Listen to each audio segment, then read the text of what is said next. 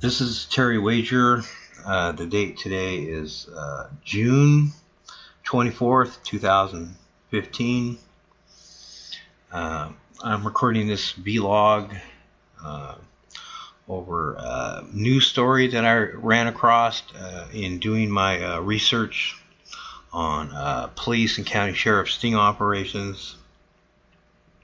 I have been a victim of police and county sheriff sting operations on and off all my life. And in the year 2000, my wife, Joan Wager, got a job at the Multnomah County Jail kitchen as a prep cook. She began having sexual affairs with people in law enforcement. And as a result, me and every member of my side of my family became targeted by police and county sheriff sting operatives as a result of her connections with the county sheriffs and with the Portland police. The Portland police and the Multnomah County sheriffs, with the cooperation of my wife and her side of the family, were setting me up for crimes, and they were using officers as photo doubles to impersonate me. They were setting me up for not one crime, not for two crimes, but for a series of crimes, and they were using sting tactics to do this, and they were taking their time doing this, and they were basically setting the stage for the purpose of bringing in a double, so to speak. They were framing me as a pedophile. The Multnomah County Sheriff paid my wife to turn my yard into a playground with multiple swimming pools and with a large trampoline. The Multnomah County Sheriff paid my wife and her side of the family to fill my yard with vehicles that did not belong to me. And they were doing this in the preparation of putting a double on my property to impersonate me. The Multnomah County Sheriffs had taken over the surrounding apartments surrounding my apartment. It was the Multnomah County Sheriffs that directed everything that my wife and her side of the family did in this sting operation, and it was the Multnomah County Sheriffs that funded everything that my wife and everybody on her side of the family did, and in setting the stage for putting a double on my property. They were setting me up as a pedo. My wife had recruited our oldest daughter into this, so they were in a constant state of performing for the Multnomah County Sheriff's illegal video surveillance, and they were setting me up essentially for a series of crimes. And when I say crimes, I'm talking about high felony crimes. They were setting me up for break-ins. They were setting me up for rapes and murders, and as a pedophile. These were the type of crimes that they were trying to set me up for. And it was the Multnomah County Sheriffs that recruited my wife and her side of the family into these sting operations when my wife got the job at the Multnomah County Jail kitchen as a prep cook. The same day that the Multnomah County Sheriff told my wife to quit her job at the Multnomah County Jail to hide her connections with them happens to be the exact same day that the Multnomah County Sheriffs filled out a shit ton of paperwork to take over the surrounding apartments surrounding my apartment, and to take over the apartments surrounding my father's apartment, and to take over the apartments surrounding my mother's apartment. And at the same time, that's when they brought in a double. And they immediately beset this double on targeting my mother, who lived in another state at the time. And at the same time, the Multnomah County Sheriffs brought in the Dunham family to target my children. Now, the Dunham family and the Multnomah County Sheriffs have a very long history of targeting me and my side of my family. They have a very long history of this. I was targeted by the Multnomah County Sheriffs and by the Dunham family when I was only 6 years old in 1971. The Multnomah County Sheriff's and the Dunham family framed a neighbor of ours that lived like a block away from where I lived as a pedophile in 1971. And the Dunham family used me in that operation and took advantage of the fact that I was only 6 years old at the time and had no idea what the hell was even going on. And they used me in that operation. And they were using a Multnomah County Sheriff officer to impersonate the person that they were framing. And it was the Dunham family that brought their own children as well as neighbor children, me being one of the neighbor children, to the location where the double was for the purpose of posing with this double. So I had prior knowledge that the Multnomah County Sheriffs used doubles and photogenic photos in order to frame people for felony crimes. I had prior knowledge of this. Well, in the year 2000, I became targeted by the Multnomah County Sheriffs again. Only this time they had my wife and her side of the family on board with it. And once again, they were using a double. And this time they were trying to set me up as a pedo. I basically uncovered their conspiracy pretty much the day they launched this operation of theirs in the year 2000. And they didn't think I knew. And I pretty much almost uncovered almost everything about it on the day that my wife quit her job at the County Jail Kitchen, and was aware that I was being set up that day forward.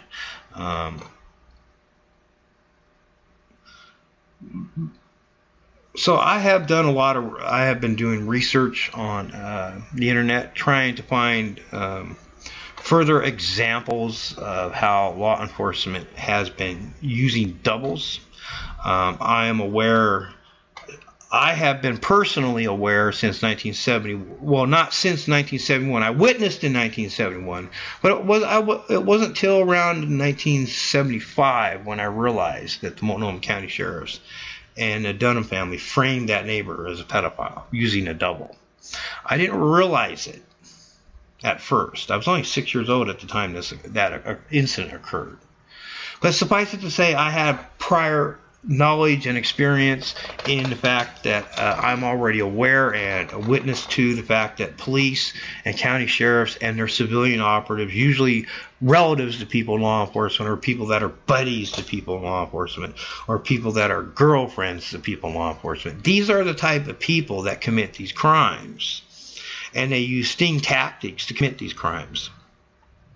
So being aware of the fact that law enforcement regularly uses doubles to impersonate their targets, I tried doing some Google searches last year in 2014 on law enforcement's use of doubles.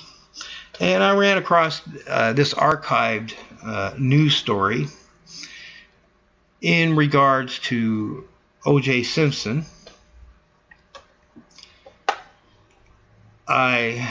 This is an archived news story. This news story is talking about OJ Simpson, the wild white Ford Bronco car chase that they had. This news story is in relation to the OJ Simpson being the LA police launching a manhunt for OJ Simpson, and it focuses on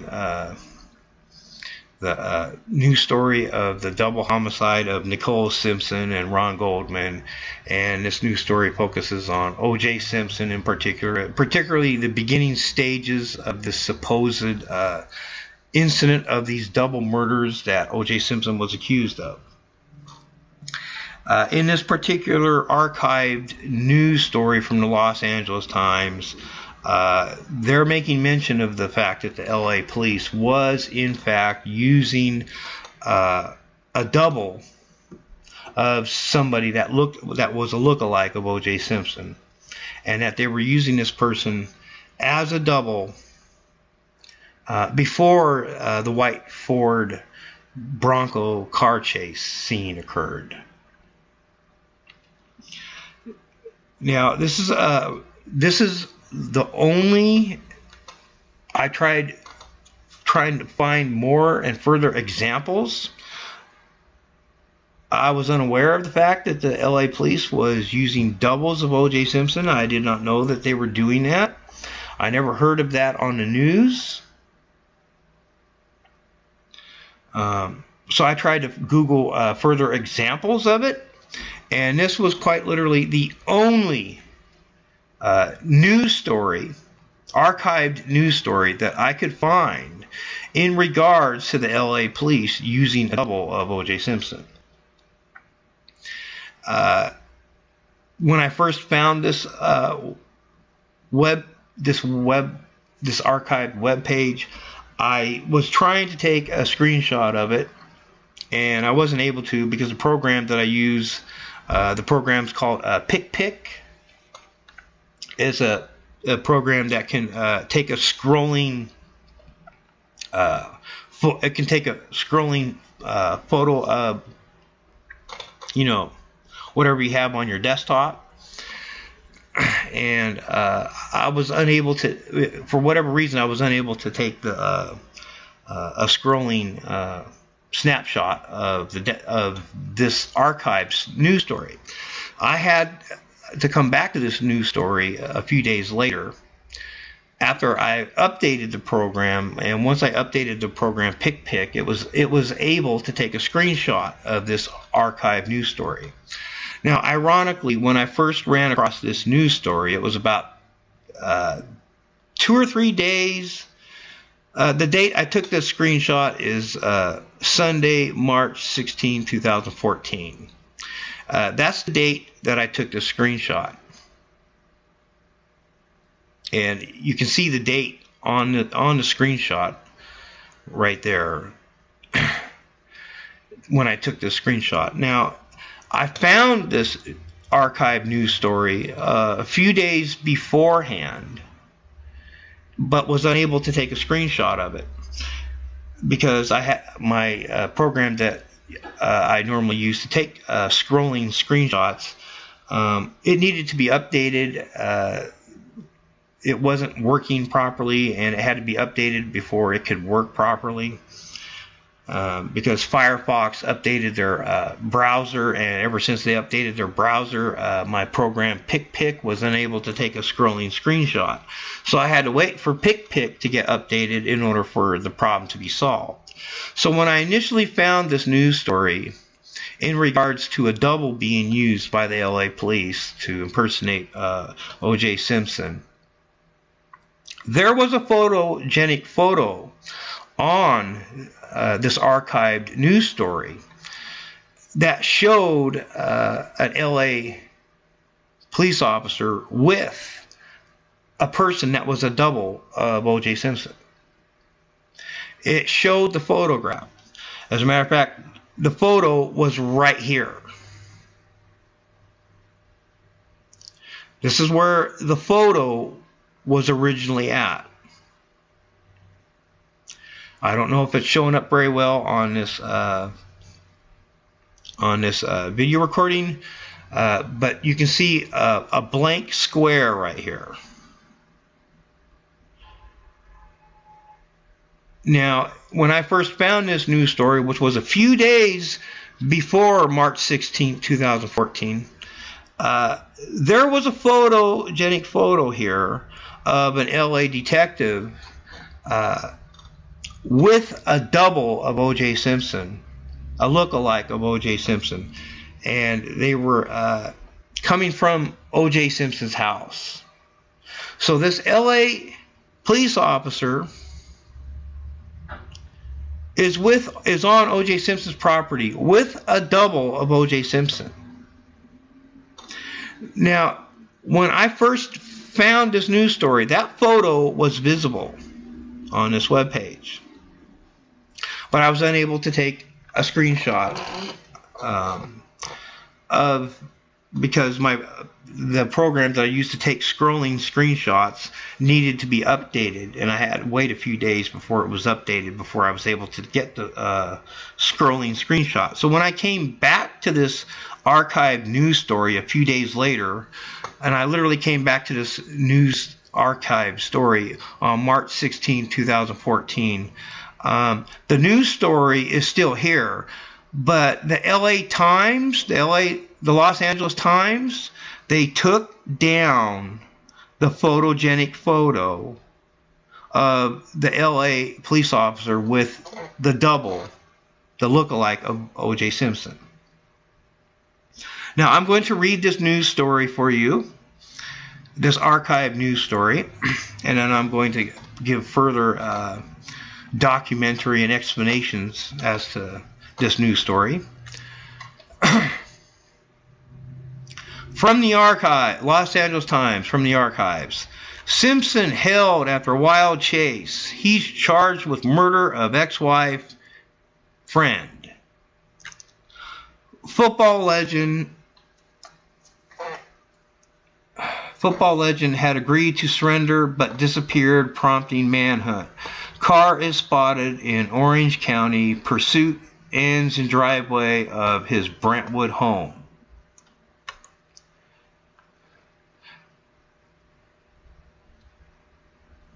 This news story is by Jim Newton and Sean Hubler, Time staff writers.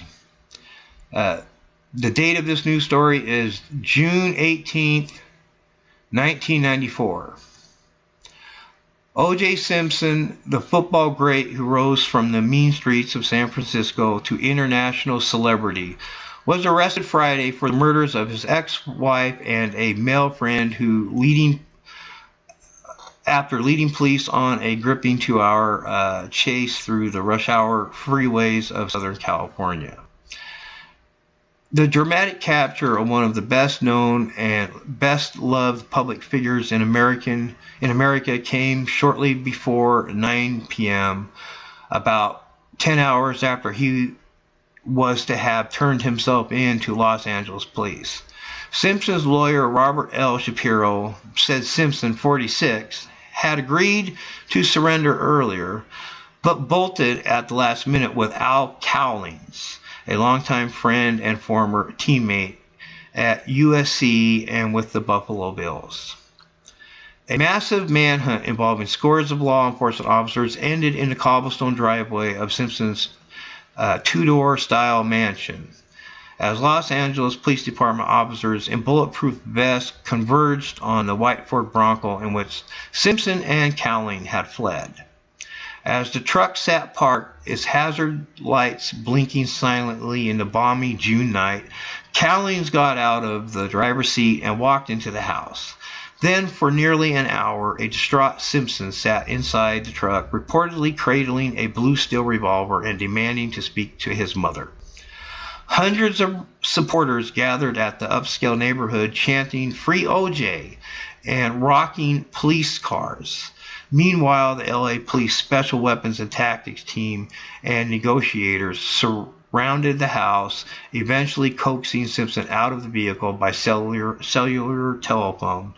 He put the gun down and emerged about 8:50 p.m. carrying a framed family photo. Simpson went into the house, used the bathroom, called his mother, and drank a glass of juice. Authorities said he was then transported by police motorcade to Parker Center for booking and transported to Men's Central Jail. Cowlings was booked on suspicion of harboring a fugitive. He was being held on $250,000 bail. The dramatic arrest, broadcast live on national television, capped a tragic week-long drama that began with the slayings of Simpson's ex-wife, 35-year-old Nicole Brown Simpson, and Ronald Lyle Goldman, a 25-year-old Brentwood waiter whom she knew. Nicole Simpson and Goldman were found stabbed to death early Monday morning outside her Brentwood condo. Police sources said the two were slain sometime after 10 p.m. Sunday as her two small children slept inside. Although the police department had refused all week to label Simpson a suspect, and Simpson's lawyers said he was innocent, Sources inside the LAPD made it clear from the outset that he was the focus of their investigation. The former college and professional football star was briefly handcuffed at his mansion Monday afternoon and taken to police headquarters for questioning. He was later released and remained free as evidence mounted against him day by day. By Friday, detectives had concluded their case, recommending that Simpson be charged with 2 counts of first-degree murder. The charges, which include a special circumstance of multiple killings, could bring him the death penalty if he is convicted. Los Angeles Police Commander David J. Gaskin said Simpson had been scheduled to turn himself in to police at 11 a.m. Friday, with arraignment scheduled for that afternoon in Los Angeles Municipal Court. But 45 minutes and then an hour ticked by and Simpson was nowhere to be seen. Finally, just before 2 p.m., police held a news conference to announce that Simpson had officially become a fugitive. He is a wanted murder suspect, Gaskin said tersely, and we will go find him. It was unclear how the 6'2", 210-pound Simpson, who had been dogged by crowds of reporters and cameramen for most of the week, had managed to escape authorities who had felt confident that someone so famous would never attempt to flee. Throughout the week, Simpson had appeared to be sequestered in his Brentwood home, emerging only to visit his children and to attend Nicole Simpson's funeral in Orange County. After the services Thursday, a man resembling Simpson was photographed ducking past hordes of news reporters into the home, escorted by an off-duty LAPD sergeant. Police sources said Friday, however, that the man who resembled Simpson was a decoy who was under the escort of LAPD Sergeant Dennis I. Sebnick, a 25-year veteran who works in the LAPD Harbor Division. Police said they want to interview Sebnick. Unbeknown to department leaders, Sebnick was serving as a member of Simpson's security detail even as police were investigating the former football star. Sebnick said he manages a legitimate security company and had been hired to provide security for Simpson. He would not comment on why an off-duty Los Angeles police officer was protecting a man widely reported to be a suspect in a double homicide. Gaskin said department officials were investigating Sebnick's conduct. Now, that's the end of the news story right there. This news story from the Los Angeles Times archive is basically going over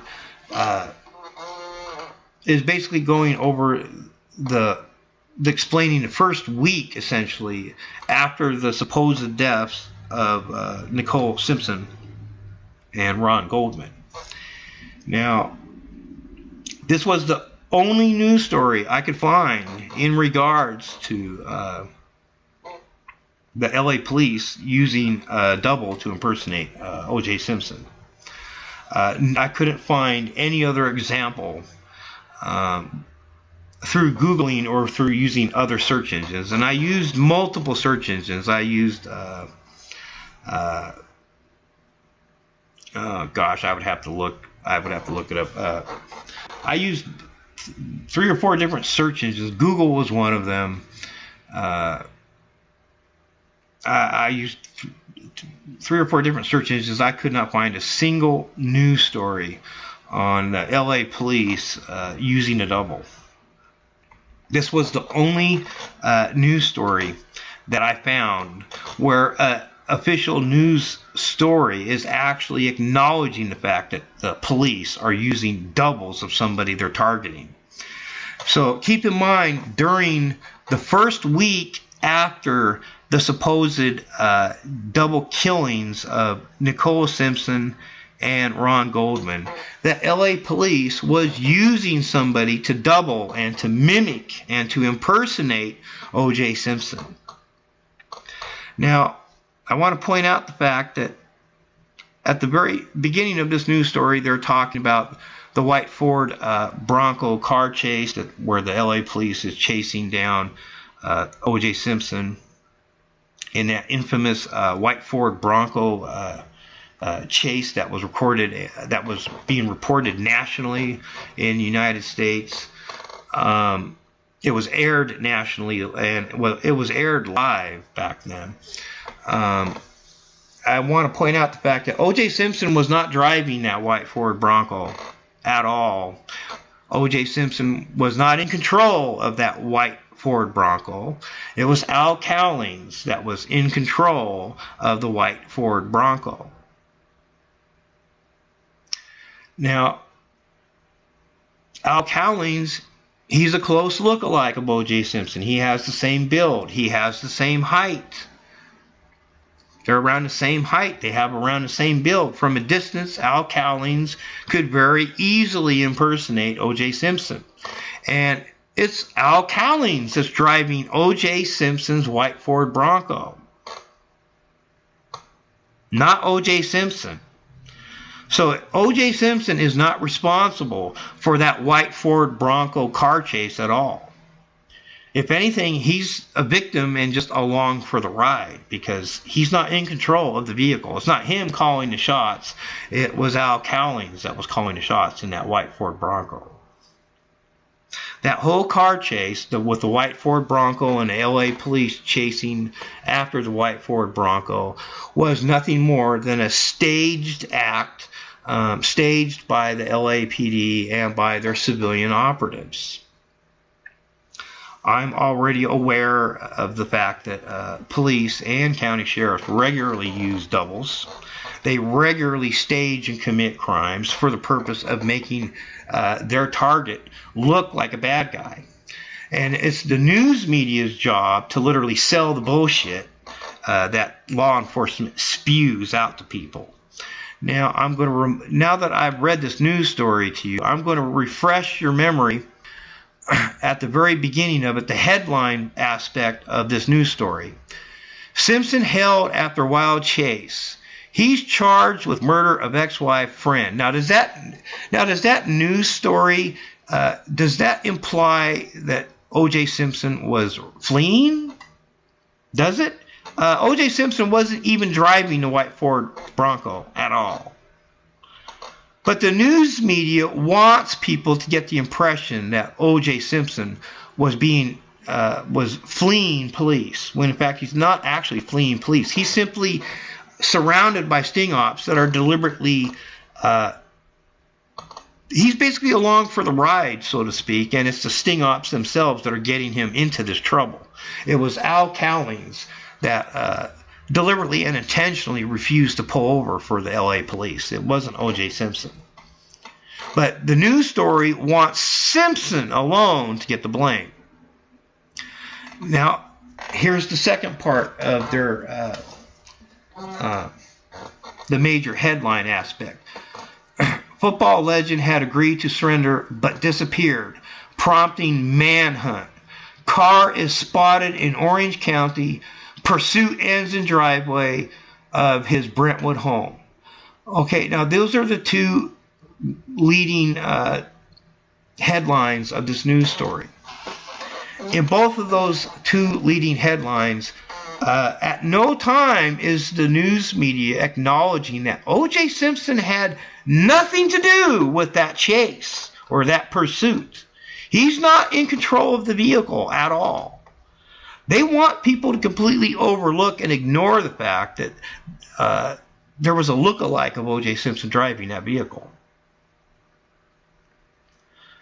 They want people to ignore that. Now, I want to point out the fact at the bottom of this news story, literally at the end of the news story, this is where the LA Times acknowledges the fact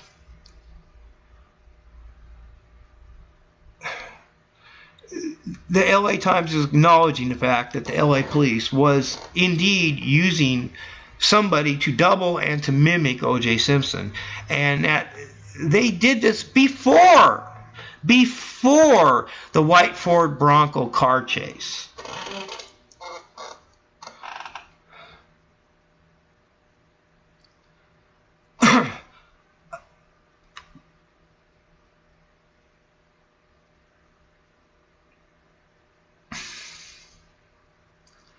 You need to understand that this is the only archived news story that I could find where the LA police are using doubles. If they're going to refer to somebody that's impersonating OJ Simpson as a decoy, well, then that's the same thing as saying he's a double. It's no different. It means the same fucking thing. Now, you have to understand that I have been a victim of police sting operations ever since I was 6 years old, on and off all my life. I was at the age of 6 years old. I was used by the Multnomah County Sheriffs and by their civilian relatives / operatives to frame a neighbor as a pedo, and they were using a Multnomah County Sheriff officer as a double to impersonate the person they're framing.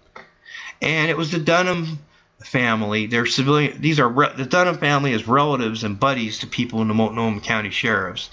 And the Dunham family that were using their own children and children that they rounded up from the neighborhood to pose with this Multnomah County Sheriff officer that was acting as a double. Now, I had witnessed this in 1971 and was too young at the time to understand what I'm witnessing. When I reached the age of 10 and a half years of age, which was around 1975, mid-1975, that's when I realized that they framed this person that was a neighbor of mine that lived like a block away.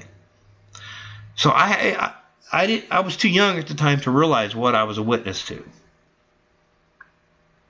Now, I have been targeted on and off by the Multnomah County Sheriffs and by the Dunham family and by anybody and everybody pretty much connected to local authorities here in Portland, Oregon, on and off throughout my entire life. Once you're on law enforcement shit list for whatever fucking reason, you just stay on that shit list, and anybody and everybody connected to law enforcement, just automatically has it out for you. Keep in mind that this was the only news story that I could find in regards to the LA police using a double of OJ Simpson. Now, I specifically Googled and used other search engines to try to find archived news stories in regards to the LA police using doubles of OJ Simpson. This was the only one I could find. Now, when I found this, when I took this screenshot of this news archive, it was on March 16, 2014. And they had a photo. There was a photo that was with this archive news story that was literally right here. There was a photo, and the photo was of the photo that was in that area was of Sebnick and of the person that they were using as a decoy to impersonate OJ Simpson.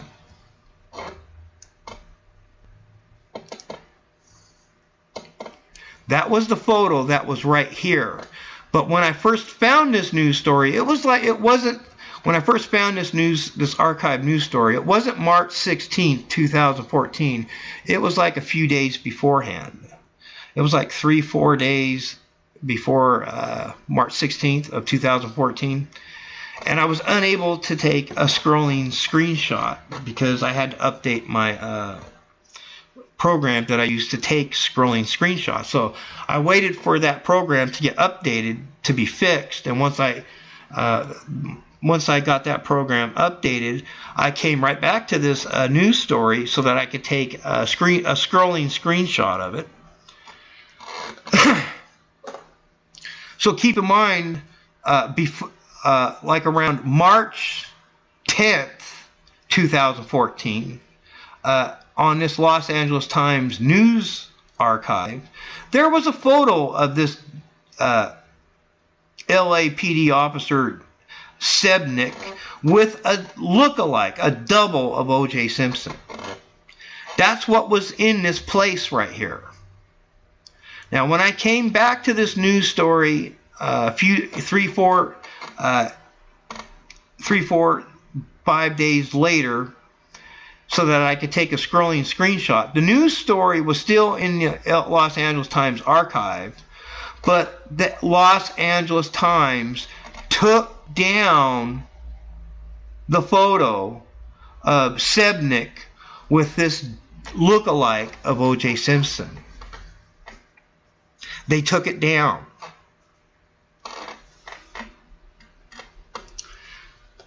So the Los Angeles Times, and obviously law enforcement in general, obviously don't want people to know that law enforcement does indeed use doubles to impersonate the people they target. And it was a perfect example of how law enforcement specifically and intentionally uses doubles. I have prior knowledge that they use doubles, because I've actually witnessed local authorities where I live using sting tactics and using doubles and photogenic photos to frame people. Because I had this prior knowledge, I had the sense to actually Google this news story. I specifically typed in OJ Simpson's name, specifically typed in the LAPD, and specifically typed in doubles. And this was the only news story I could find. So the news media is going way. No other news. I could not find any other news story where that is talking about Sebnick, the LAPD officer Sebnick, using a double of OJ Simpson. I could not find another example of it. So news media is trying to hide and conceal this fact. Now, I wish I was able to get a screenshot of this news story while they still had the photo up. I find it ironic that I find this archived news story around March 10th, March 12th of 2014, and I'm unable to take a scrolling screenshot of it until my PicPic program gets updated. And right after I get that program updated and I come back to this archived news story, the LA Times took down the photogenic photo that they had of this LAPD officer Sebnick with a double of OJ Simpson. They took the photo down.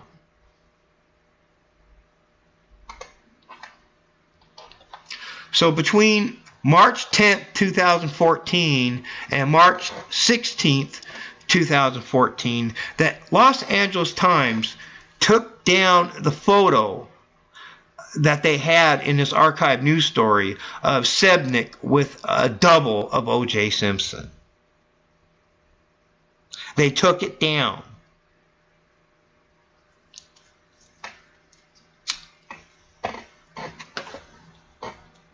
I tried Googling for that photo by typing in OJ Simpson and by typing in Sebnick's name and the LAPD's name, and typed in a photo, and was unable to find via Google or any other search engine any photo of Sebnick with that double. So I basically ran across an archived news story in regards to the OJ Simpson case, and it was the only news story that I could find in regards to the LAPD using a double of OJ Simpson. I could not find any other news story in regards to it at all.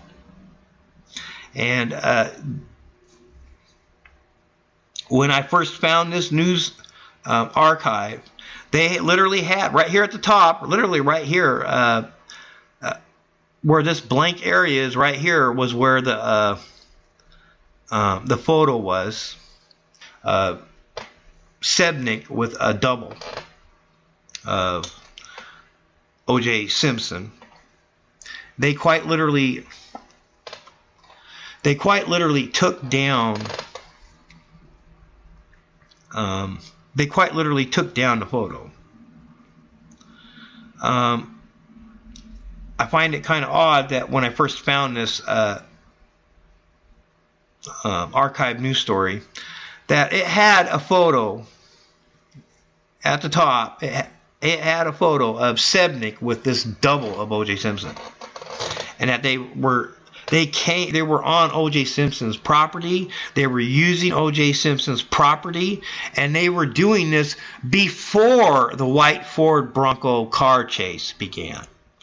So before Al Cowlings was impersonating OJ Simpson in OJ Simpson's white Ford Bronco, the LAPD was using a double of OJ Simpson on OJ Simpson's property.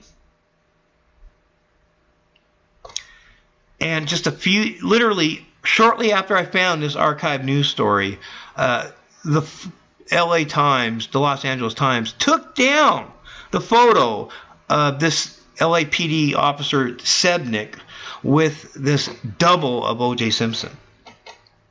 They left the archive news story here, but they took down the photo.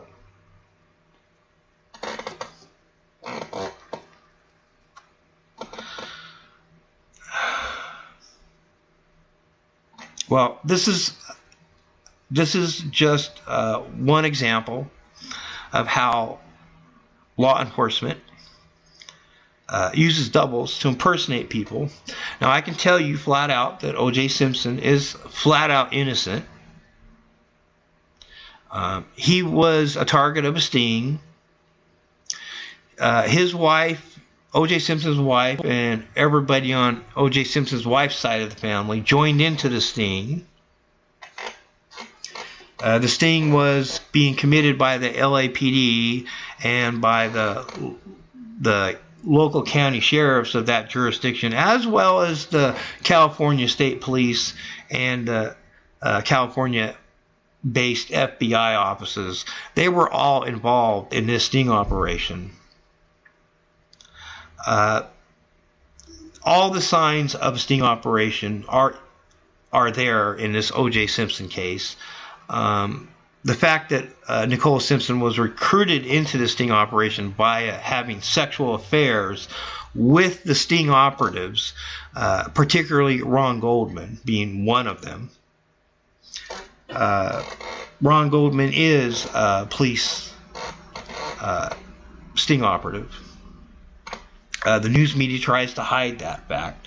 He has special training in law enforcement. He has special training in unarmed combat. He has special training in the emergency medical field. These are trainings that sting operatives get. Ron Goldman was a trained sting operative. He is not a waiter. He's undercover as a waiter. There's a big difference between being a waiter and being undercover as a waiter. Based on Ron Goldman's training, of which news media for the most part tries to hide and conceal from people, he is not a waiter. He was just undercover as a waiter. Ron Goldman is a police sting operative. He's connected to law enforcement. His whole family is connected to law enforcement. News media simply refuses to point that fact out to people at all. Nicole Simpson was recruited via affairs into this sting operation. Anytime police sting operations have a specific target, the sting operation always tries to recruit family members of their target into the sting. That is a common practice by sting operatives. And in this case, all the classic signs of sting are present in the OJ Simpson case. Nicole Simpson was having an affair. Sting operatives always recruit their target spouses and or love interests into the sting. And they usually do it by basically whining and dining their target spouse or love interest. And they usually win over their target spouse or love interest via sexual affairs with the sting operatives. And once the sting operation has recruited the spouse or the love interest of their target, the sting operation usually then coaches and directs that spouse or love interest in how to frame the target. Now, Nicole Simpson was being coached by the LAPD. She was in constant contact with the LAPD, constant. She was constantly being directed by the LAPD and by detectives and by their civilian operatives. And she was being coached and directed by the sting operation to set OJ up as a wife batterer and as a dangerous person. And they were basically using sting tactics to set him up. Basically, what is a sting? A sting is a multiple people that have a single agenda and no stage and commit crimes for the purpose of framing or entrapping their target. In a prostitution sting, law enforcement will take over an entire motel. And they'll fill that entire motel with a combination of undercover officers and their civilian operatives.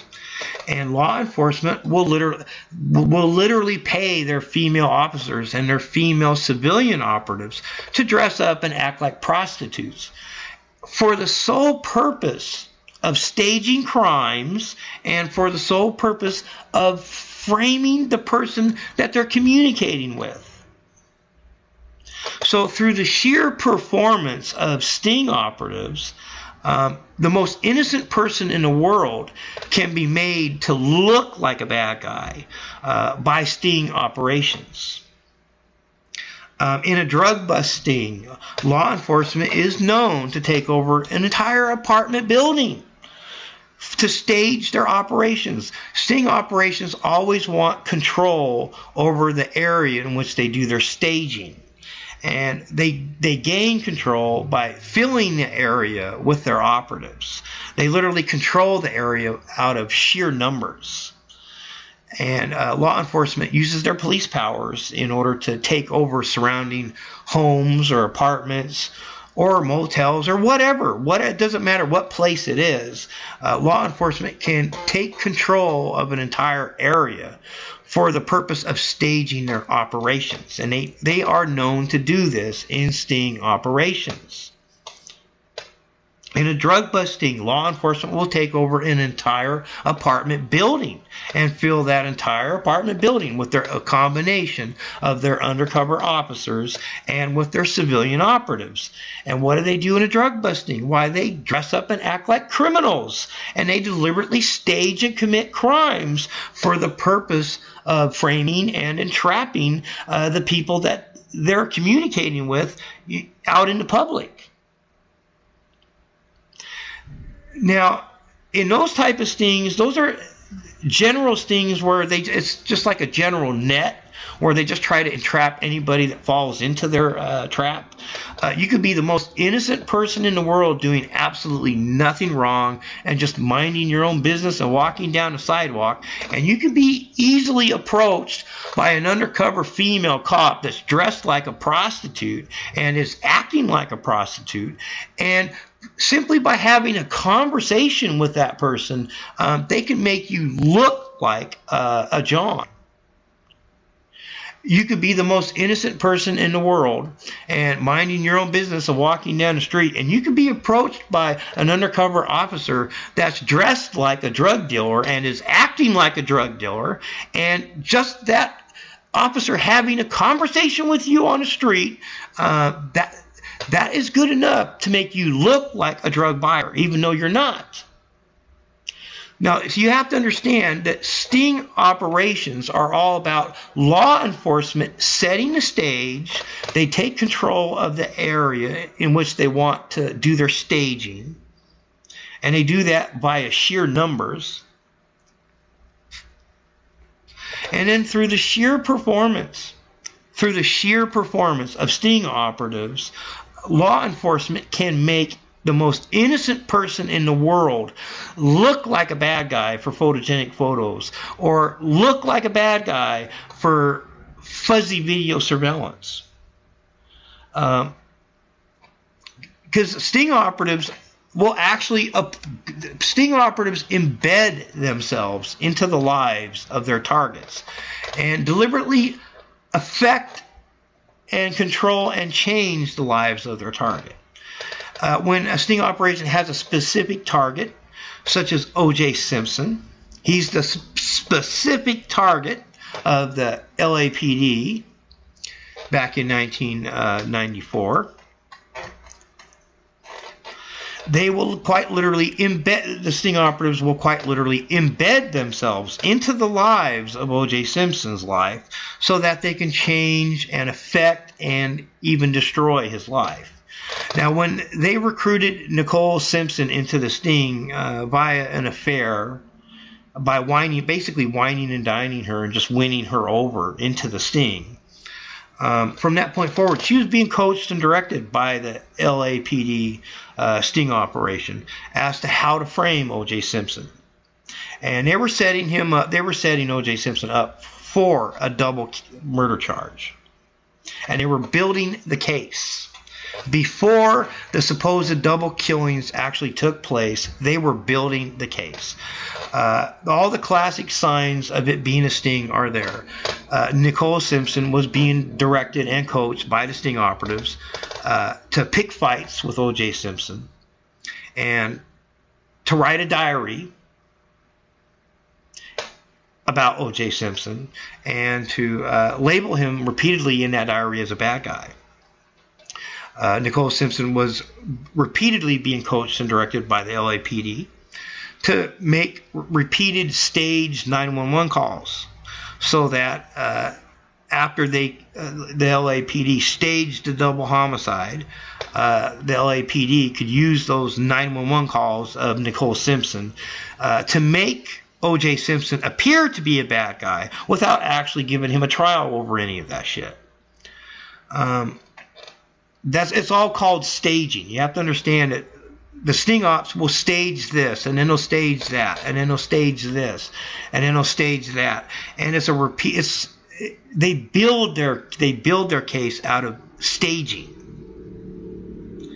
Now, Nicole Simpson and Ron Goldman, they're not dead. They're still alive. They're both sting operatives for Los Angeles Times. Because OJ Simpson is a high-profile person, he's a celebrity and a high-profile person, you have to assume that the FBI was greatly involved in this.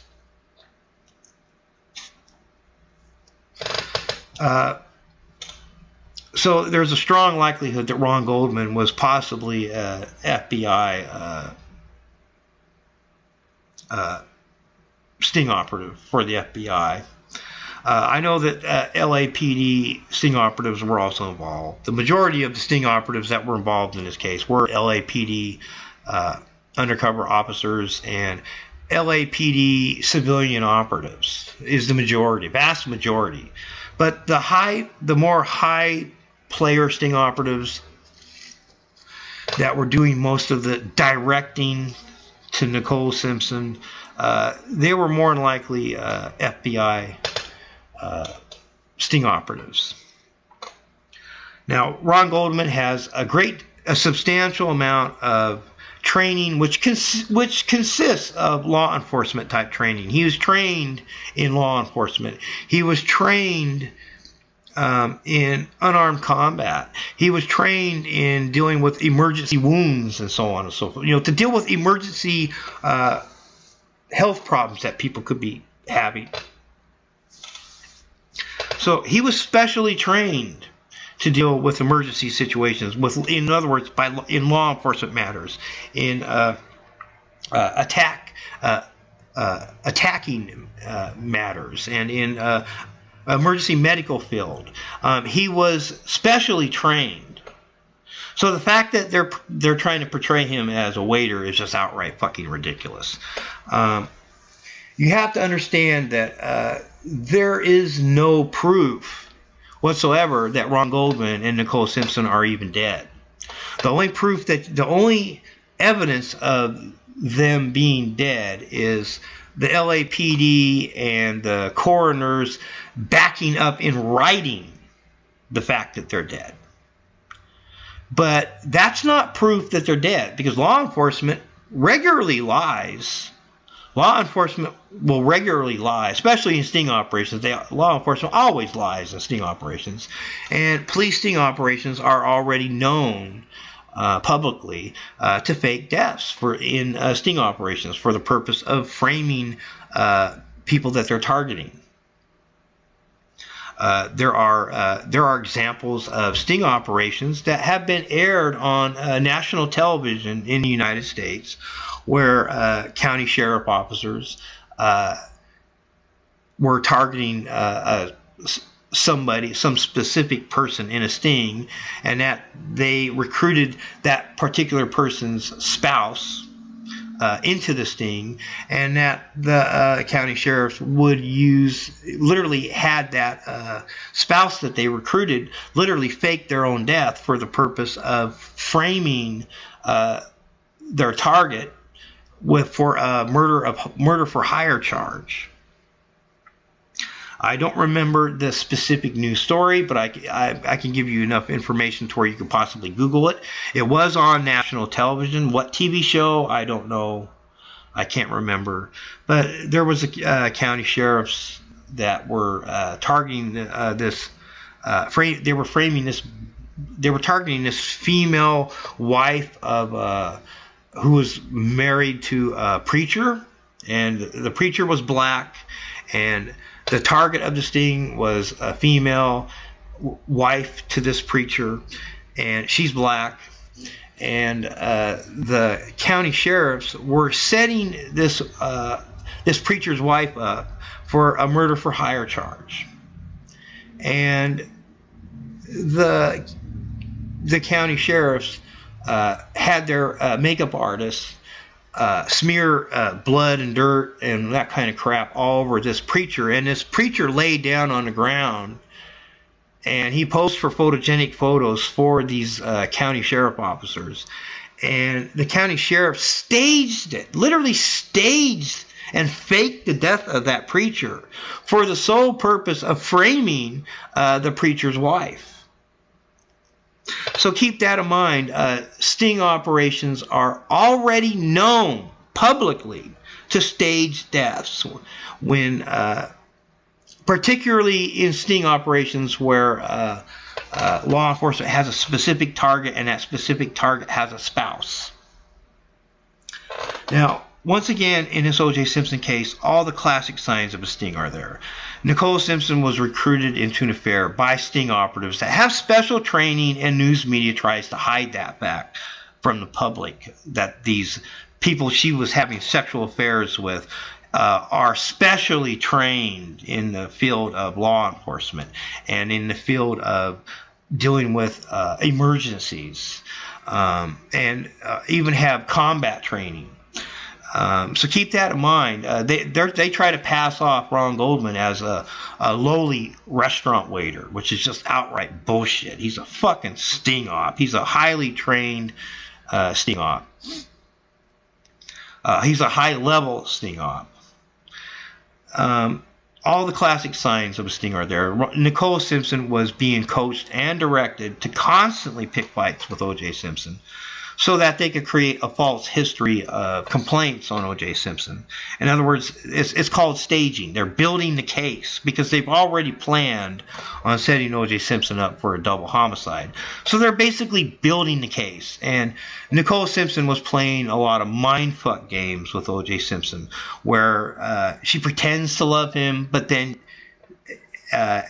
only for the purpose of hurting him even further.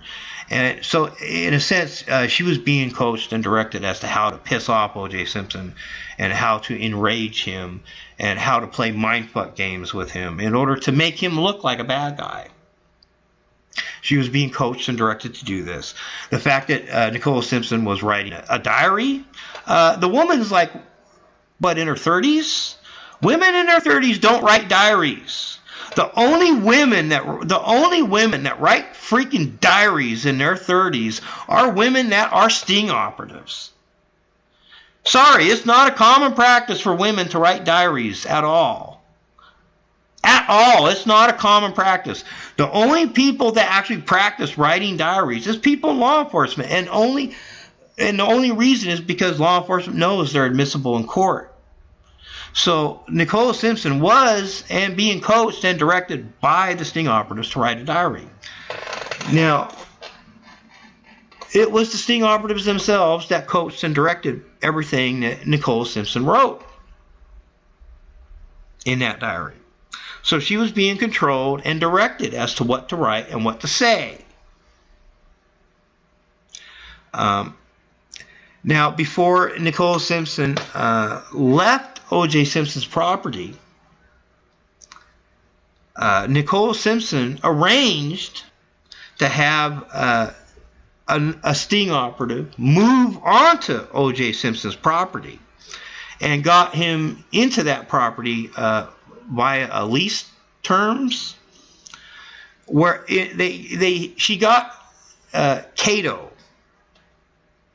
It was Nicole Simpson that arranged to get Cato onto O.J. Simpson's property before Nicole Simpson left the property.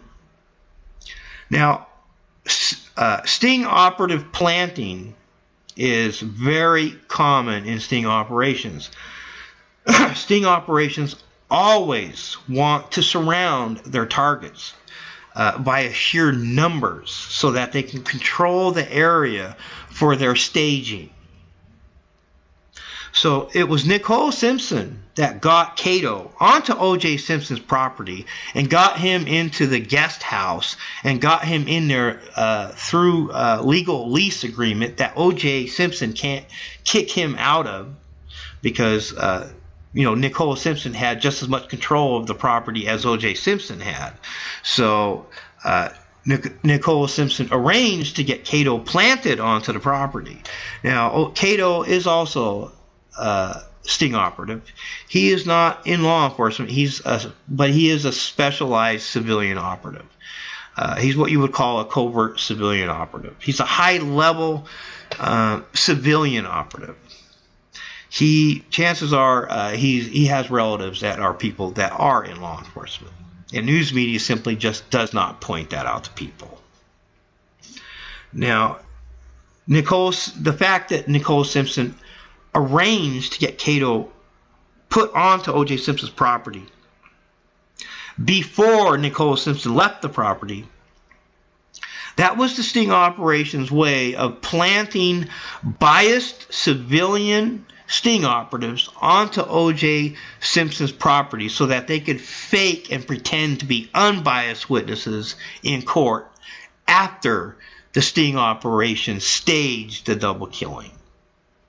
In other words, they planted Cato on O.J. Simpson's property for the sole purpose of him being able to testify against O.J. Simpson during the double murder, the Ron Goldman and Nicole Simpson.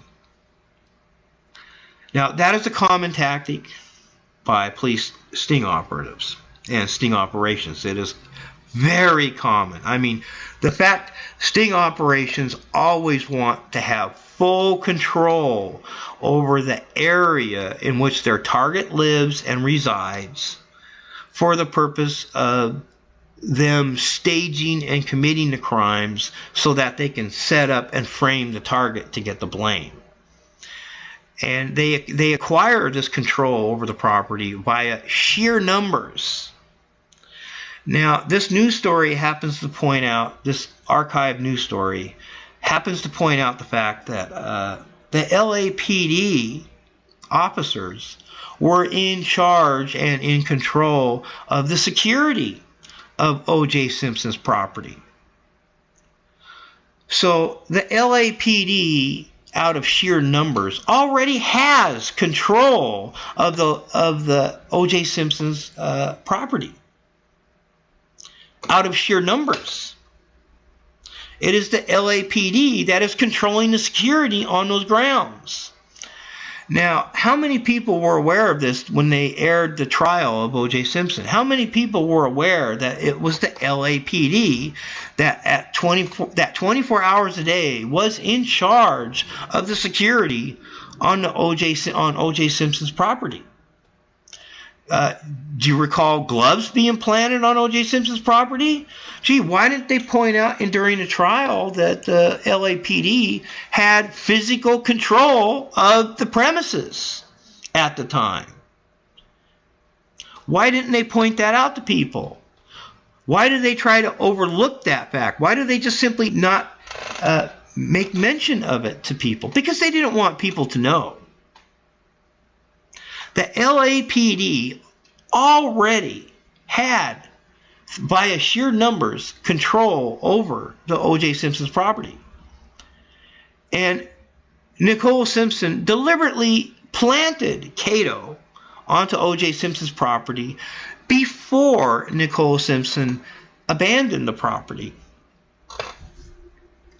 Now, because Nicole Simpson was being coached and directed by this sting operation in setting up and framing O.J. Simpson for a double homicide, the sting operation arranged to have Nicole Simpson move into a condo that was surrounded by very tall bushes.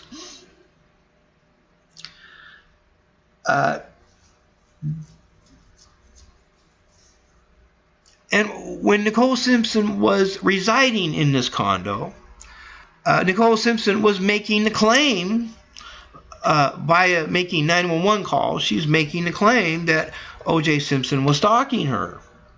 And that he's like waiting in ambush or something in the bushes or something. That is all staging. You have to understand, she's being directed to make these calls by the LAPD and by the FBI. Now, I guarantee you the FBI is directing it, because you have to understand that O.J. Simpson is a high-profile person. So for law enforcement to frame him, they would have to bring in a specialist, and that would be the FBI. LAPD, they frame people all the time in sting operations, but most people that are targeted in stings are not high-profile people. And so usually it's just local law agencies that run and organize and do the sting operations. And very seldom does the FBI actually take active part in most sting operations. Very seldom. Pretty much on an as-needed basis, really. But because O.J. Simpson is such a high-profile person, being a celebrity and everything, you have to know that the FBI most definitely was involved in the sting operation. Whether they admit to it or not, it's just they were directly involved. They were directing everything Nicole Simpson did, everything Nicole Simpson said, everything Nicole Simpson wrote. Now, they were, throughout the entire course of Nicole Simpson's affair with these sting operatives, she was being coached and directed by the sting operatives as to how to set up O.J. Simpson. It was the sting operatives that deliberately wanted Nicole Simpson to move into that condo that had tall bushes pretty much surrounding that goddamn condo.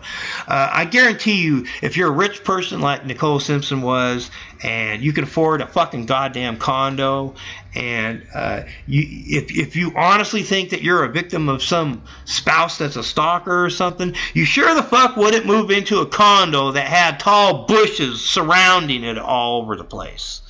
The only reason she moved into that condo is because the sting ops wanted her to move in there, because you have to understand that the sting ops were using a double of O.J. Simpson.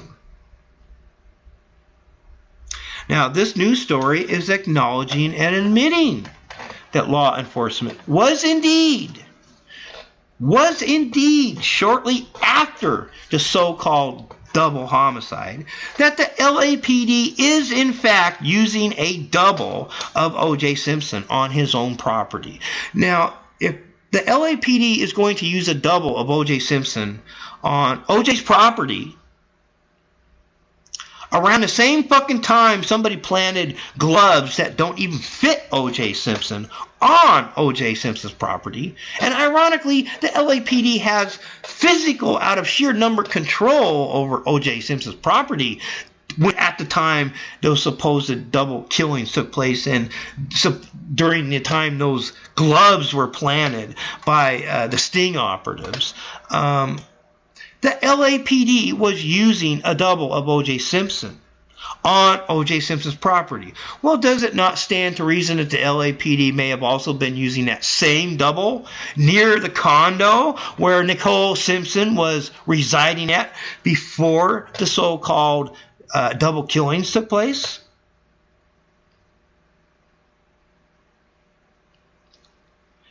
All the signs of sting are there. Ron Goldman's specialized training, of which most news media tries to hide from people. All of news media tries to portray him as a waiter. And that's it. He has specialized training because he's in law enforcement. He is a sting operative. Ron Goldman is in law enforcement. Whether law enforcement wants to admit to it or not doesn't change the fact he's in law enforcement. He's connected to law enforcement, and law enforcement simply refuses to admit to it, and news media simply chooses to look the other way on it. Now, sting operations are known to recruit spouses and love interests of their target into sting operations. Law enforcement is already known to do this. Sting operations are already known to stage and fake deaths for the purposes of framing a spouse for like a murder for hire type of a charge. This is the type of shit that sting operations do. Every time they do, now they have there. You can Google public examples of police or county sheriff officers staging and faking deaths in sting operations for the purposes of framing the spouse of the person that faked their death. And it's law enforcement that directs these people to fake their deaths. So you have to understand it's already a known public tactic by sting operations and by sting operatives to stage and to commit crimes and to use doubles and to even stage homicides. Normal people, normal women do not write diaries. The only women that write diaries are women that are being coached and directed by sting operatives to do so. And it's usually the sting operatives that direct the women as to what to write. Normal people do not write diaries. Law enforcement may want you to think that's a common practice. It's not a common practice for people to write diaries at all.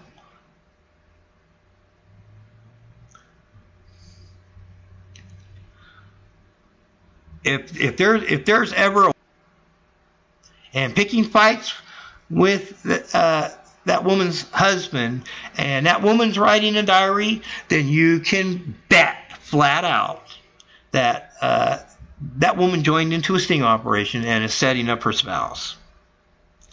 That is a common tactic of sting operations. A freaking common tactic. Nicole Simpson was cheating on O.J. Simpson. She was cheating on O.J. Simpson with people that have specialized training in law enforcement, and that they're trying to hide that. Ron Goldman is not a waiter. He was undercover as a waiter. There's a big fucking difference. There is a huge difference. Nicole Simpson was being coached and directed by the sting operatives as to how to set OJ Simpson up for these double homicides, of which never actually took place. If sting operations can take over an entire apartment building and fill that entire apartment building with undercover officers and with their civilian operatives, and if they're permitted to stage and commit and even fake crimes for the purpose of framing and entrapping their targets, well, then law enforcement can commit any crime they want to and or stage and fake any crime they want to for the purpose of framing and entrapping their target. That is the whole point of a sting operation. And in a sting operation, it's law enforcement and their civilian operatives that stage and commit all the crimes. And it is the undercover officers that direct the civilian operatives as to what to do in their staging. It's how they build a case against their target. If you're surrounded by 20 or 30 people that are performing and they have an agenda and they're performing and they're just pretending you're a bad guy, wouldn't that make you look like a bad guy to other people that are not involved? Yes, it would. Other people that are not involved in it would automatically assume, well, you must be a bad guy. Otherwise, why would all these people be acting like you're a bad guy? That's the whole point and premise of a sting operation it's organized people in law enforcement and organized people connected to law enforcement that through their own sheer performance can make the most innocent person in the universe look like a bad guy. And this is what the LAPD and the county sheriffs of whatever county, Orange County sheriffs, and California State Police and California-based FBI offices, they were all involved in this sting operation. You have to understand OJ Simpson is a high-profile person. He's a celebrity. I guarantee you all policing agencies in the state of California were involved in this sting operation.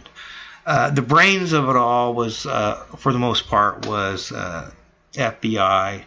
The reason why is because OJ Simpson is a high-profile person. So the FBI was directing it. The LAPD was simply the grunts doing most of the work that the FBI directed for them to do. So most of the grunt work was being handled by the LAPD sting operatives, their undercover officers, and their civilian operatives.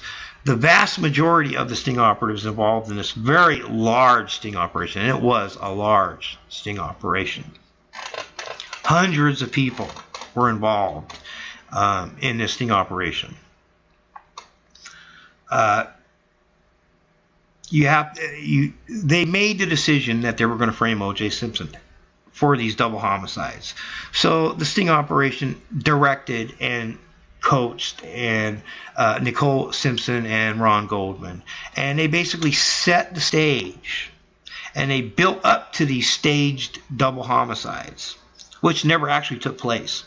Because when they staged these double homicides, all they did was they just brought in their makeup artists. They smeared fake blood and dirt on Ron Goldman and Nicole Simpson, and they just had them lay down on the ground and on the floor, and they just snapped a few photogenic photos of them while they pretended to be dead.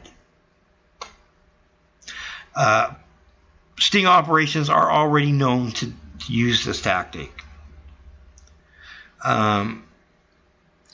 After they staged and faked their own deaths, well, they were taken by the FBI, placed on their witness protection program, and the FBI simply uses their witness protection program to hide and conceal their operatives. What, you thought the FBI actually uses the witness protection program to protect witnesses of crime? No, they don't. I'm a witness to a great deal of crimes, and FBI has no interest in protecting me.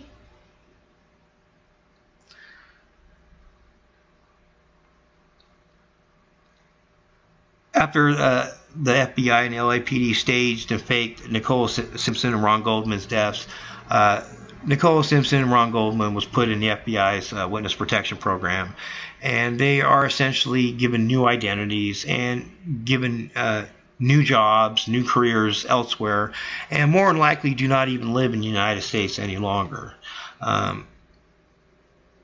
They've been moved to another country because they're not dead, and because Ron Goldman and Nicole Simpson are operatives for the FBI and for the police.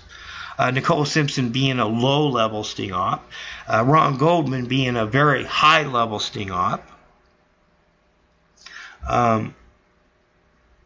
You have to understand that their family members, Nicole Simpson and Ron Goldman's family members, were also recruited into the sting, and therefore Ron Goldman and Nicole Simpson's family members know that Nicole Simpson and Ron Goldman are still alive, and that they're just living under a new alias given to them by the FBI, and they're simply not living in the United States any longer, and their identities they're being hidden away by the FBI, so that they could successfully frame OJ Simpson for a double homicide. I know for a fact they're still alive because of the fact that Ron Goldman is a high-level sting op. Nicole Simpson, she's nothing more than a low-level sting op that was recruited into the sting. And throughout the whole course of the sting, she was just being coached and directed by the LAPD and by the FBI and by whoever else was directing all of this. She's nothing more than a low-level sting op that just joined into it. She's not a lifetime sting op. She hasn't been a sting op all her life.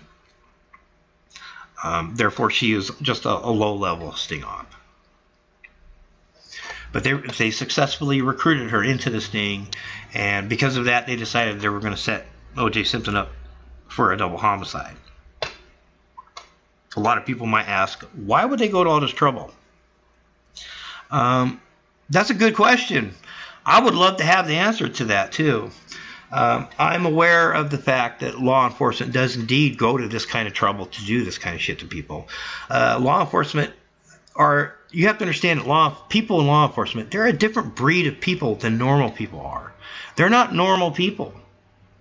Law enforcement are raised very differently from the time they're kids.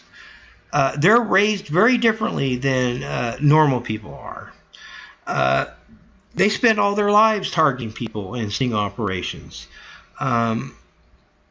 They're trained all their lives to lie and to stage shit and to fake shit in order to frame and entrap their targets. And they're trained and raised with that mentality. Law enforcement people that are in law enforcement literally spend their whole lives staging crimes and faking crimes and literally committing crimes for the purpose of framing their targets. And it is a common practice with law enforcement. I'm not a goddamn sting operative, so I have no way of. I can't look at it really from their point of view. I'm a normal person. I do not. I see such things as why? Just why? Why go to all that trouble? But you have to understand that they're a different type of a person. They're raised very differently than normal people are. Law enforcement spends their whole lives doing this shit to people. They never stop doing this shit to people. And the whole system in the United States of America, for the most part, is generally fascist. The government is fascist, the news media is fascist, and they just simply refuse to admit to it. And they don't point it out to people. Out of sight, out of mind for most people. Normal people blindly take news media at their word and blindly take police at their word. And because of this, police and news media on a regular basis is used to getting away with lying to the general public and getting away with it. Law enforcement and people in law enforcement and people that are connected to law enforcement, they're very organized. They may not necessarily be the most intelligent people necessarily in the planet, but they are very organized. They're the most organized groups of people in the entire country. And they all lie for one another, and they all cover for one another. Law enforcement will literally lie when they testify in court in order to cover another cop's ass. So, and that's a common practice in this country, and everybody knows that. Law enforcement always lies. Law enforcement always lies to people. They're used to lying and getting away with it without being prosecuted. When citizens lie in court, they usually get prosecuted and put in prison for perjury. When law enforcement lies in court, they never get arrested and put in prison for perjury. So law enforcement is used to lying. They're used to lying and getting away with it. So all law enforcement really cares about is appearances, not proof. They don't care about proof. They care about appearances. So if they can make their target, if law enforcement can make their target look like a bad guy, then the majority of normal people in this country will just automatically assume the person must be a bad guy and just blindly take the word of law enforcement. And because of this sheep-like mentality that most normal people have in this world, it's very easy for law enforcement using sting tactics, using sting operations, to stage and fake and or even commit crimes using doubles, all for the sole purpose of making their target look like a bad guy. Now, this news story, this archived news story of the Los Angeles Times in regards to OJ Simpson is pointing out the fact that during the first week after the supposed double homicides took place, the LAPD was using a double of OJ Simpson on OJ Simpson's property.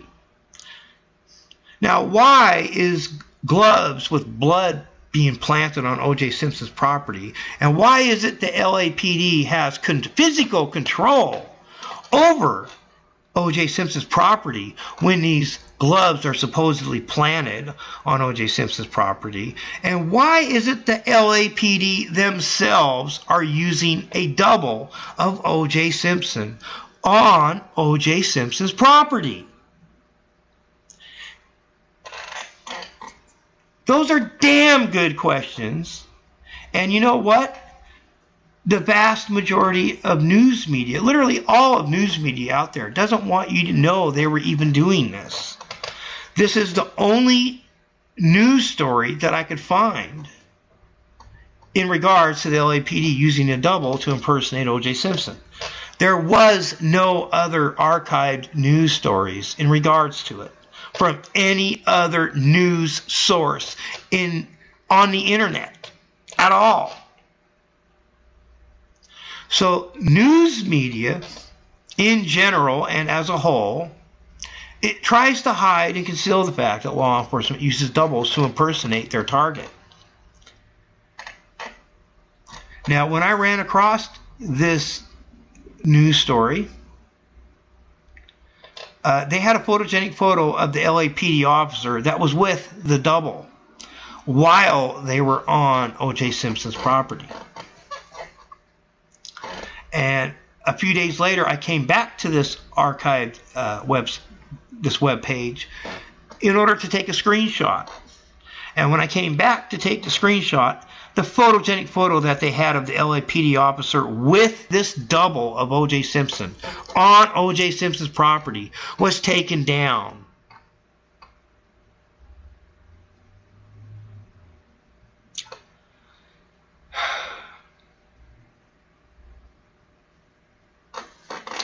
Okay, this is Terry Wager. I'm done with this vlog for now.